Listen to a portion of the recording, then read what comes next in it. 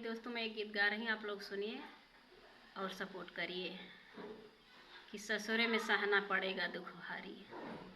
मायके में तो बहुत लाड प्यार दुलार रहता, लेकिन ससुराल वाले तो उतार ही लेते हैं। देखना इस गीत में कैसे है। अरे नैहर में रहले तो बाबा के दुलारी, नैहर में रहले तो बाबा के दुलारी, ससुरे में सहना पड़ेगा दुख भारी, ससुरे में सहना पड़ेगा दुख भारी, ससुरे में सहना पड़ेगा दुख भारी। आपन मैया होती तो वकील बतौती, आपन मैया होती कुछ वकील बतौती।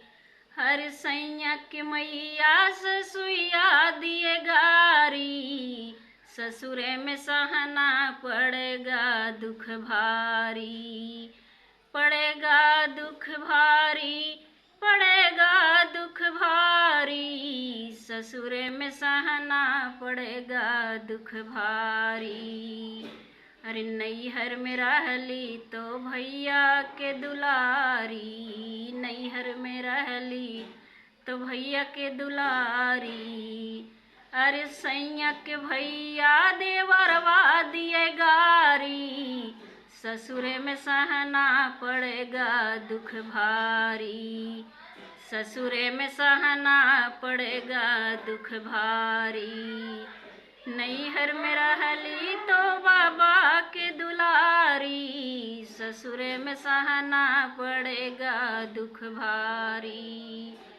आपन भौजी होती कुछ अकील बतौती, आपन भौजी होती कुछ अकील बतौती।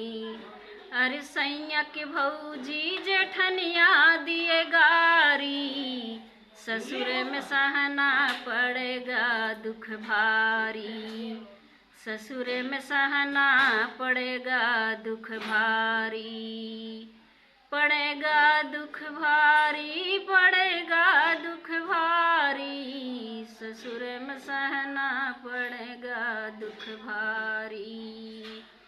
आपन बहनी होती मजबूरी कुछ बुझती, आपन बहनी होती मजबूरी कुछ बुझती। अरे सजना की बहिना, अरे सजना की बहिना ननदिया दिए गारी, सजना की बहिना ननदिया दिए गारी, ससुरे में सहना पड़ेगा दुख भारी, ससुरे में सहना पड़ेगा दुख भारी।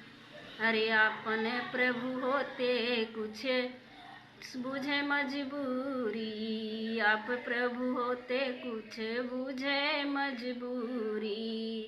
हरे ननदी की भैया मोर सैया दिए गारी, ननदी के भैया मोर सैया दिए गारी, ससुरे में सहना पड़ेगा दुख भारी, ससुरे में सहना पड़ेगा दुख भारी। नैहर में रहली तो चाचा के दुलारी, नैहर में रहली तो चाचा के दुलारी, ससुरे में सहना पड़ेगा दुख भारी, ससुरे में सहना पड़ेगा दुख भारी। आपन भैया होते मजबूरी कुछ बुझते, आपन भैया होते मजबूरी कुछ बुझते।